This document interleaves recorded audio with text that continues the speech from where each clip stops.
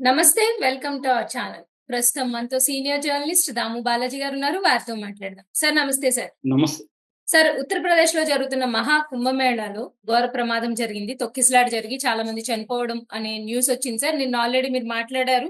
So, అసలు ఎందుకని ఇలాంటి ఇన్సిడెంట్ జరిగింది సార్? అలాగే పూర్వంలో కూడా చాలా సార్లు కుంభమేళా జరిగింది కదా! అటువంటప్పుడు కూడా ఇలాంటి ఇన్సిడెంట్స్ జరిగాయా సార్? మహాకుంభమేళాలో ఇప్పుడు ప్రయాగరాజ్‌లో ఈ త్రివేణి సంగమంలో హ్మ్. 29వ తేదీ early morning around between 1 and 3 ఈ మధ్యలో తొక్కిసలాట జరిగింది. సెక్టర్ 16 అని చెప్తున్నారు. ఇదేందంటే గంగా, యమున, సరస్వతి నదుల సంగమం అన్నమాట. ఇది ఇక్కడ ఎక్కువగా ఈ అదే పవిత్ర స్థానాలంటారు. ఇదేందంటే మౌని అమావాస్య. మౌని హ్మ్. అమావాస్య అనేది వెరీ వెరీ చాలా పవిత్రమైనది. హ్మ్. మనకు మామూలుగా ఈ పవిత్ర స్థానాలనేవి ఓవరాల్‌గా 6 డేట్‌లలో జరుగుతున్నాయన్నమాట. ఇప్పుడు ఈ కుంభమేళ అనేది జనవరి 13 నుంచి ఫిబ్రవరి 26 వరకు 45 రోజులు జరిగితే, ఇందులో 6 రోజులు పవిత్ర స్థానాల డేట్లు ఇచ్చారు. జనవరి 13, 14, జనవరి 29, దాని తర్వాత ఫిబ్రవరి 3, 12, 26. సో, ఇదన్నమాట షెడ్యూల్. అందుకని 6 రోజుల్లోనే అందరూ గూడా 6 రోజుల్లోనే చేయాలి అనుకుంటారు. సో, అందుకనే క్రౌడ్‌లు విపరీతంగా వచ్చారు. సో, ఇప్పుడు నిన్న మనం చెప్పుకున్నాం. బట్ ఇప్పుడేందంటే అఫీషియల్‌గా ఉత్తరప్రదేశ్ ప్రభుత్వం ప్రకటించింది. ఇది దానికి సంబంధించి ఆ కుంభమేళాకు సంబంధించిన ఐజీ ఎవరైతే ఉన్నారో వైభవ్ కృష్ణ ఆయన అనౌన్స్ చేశారు. డీఐజీ. ఆయన ఏం చెప్పారంటే 30 మంది చనిపోయారు. ఒక 60 మంది వరకు గాయపడ్డారు అనేది ఆయన చెప్పాడు. బట్ కొన్ని మీడియా ఛానెల్‌లు అక్కడికి వెళ్లి ఇండిపెండెంట్‌గా సర్వే చేశాయి. అందులో చాలా మంది బాధితులతో అక్కడి నుంచి బయటపడిన వాళ్ళతో చాలా మందితో మీడియా మాట్లాడారు.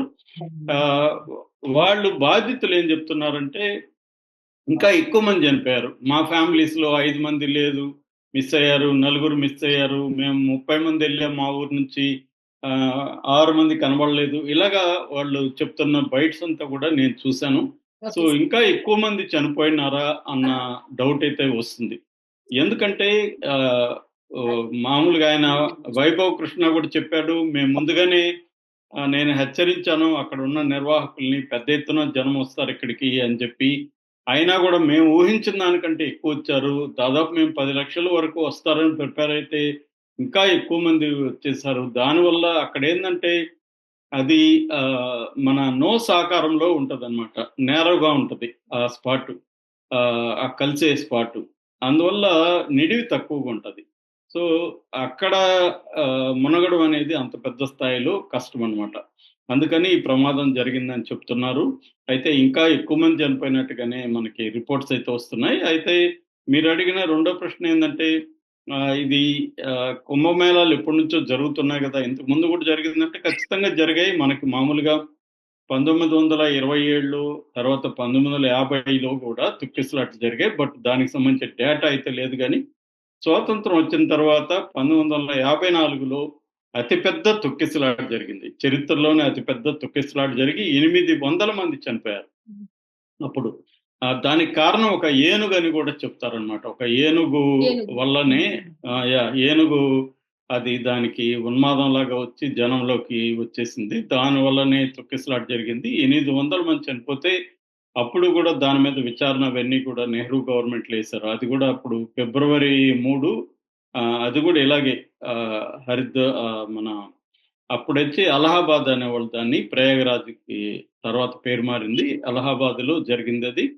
సో, అక్కడ అప్పుడు ఆహ్, దాదాపు 800 మంది చనిపోయిన తర్వాత నెహ్రూ ప్రధానంగా ఏమన్నంటే వీవీఐపీలు వల్లనే ఇది జరిగిందనేది కూడా ఇప్పుడు నెహ్రూ చెప్పాడు. వీఐపీలని రావద్దని గూడా ఆయన పిలిపిచ్చాడప్పుడు.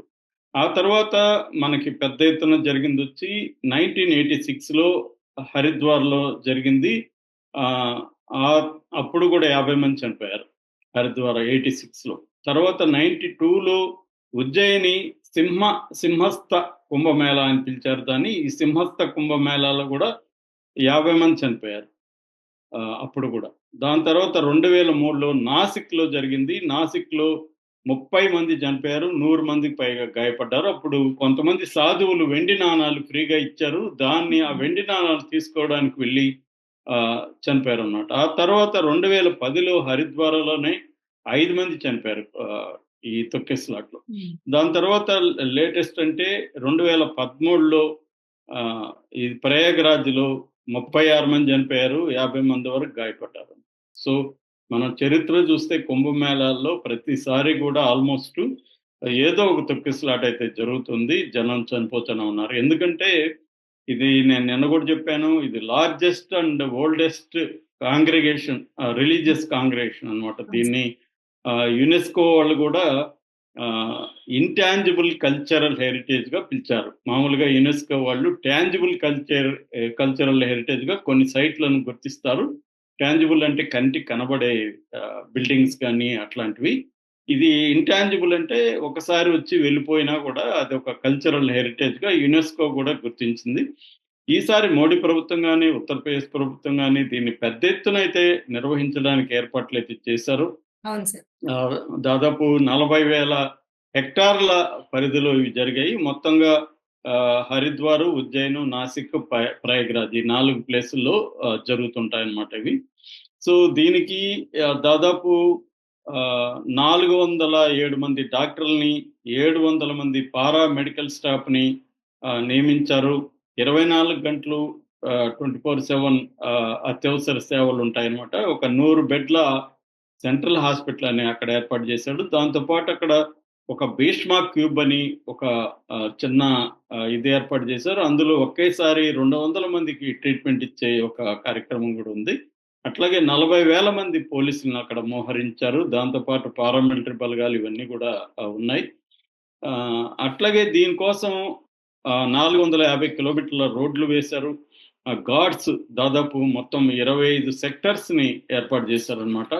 అంటే ఇంతకు ముందు కంటే కూడా పెంచారు మొత్తం గూడా. అవును సార్. ఏర్పాట్లన్నీ పెంచారు. తర్వాత ఏఐ టెక్నాలజీ ఉపయోగించి సీసీటీవీలు, తర్వాత హెలికాప్టర్లు ఒక రకమైన ఆహ్, నాసా ఎట్లా ఏర్పాట్లు చేస్తుందో ఆ స్థాయిలో చేశారు. అయినప్పటికి కూడా ఈ ప్రమాదం జరగడం అయితే దురదృష్టకరం. ఎందుకంటే దేశ విదేశాల నుంచి భక్తులొస్తారు. దాదాపు ఫస్ట్ అయితే 40,00,00,000 వస్తారని అంచనా వేశారు. ఇప్పుడైతే 50,00,00,000 అని చెప్తున్నారు.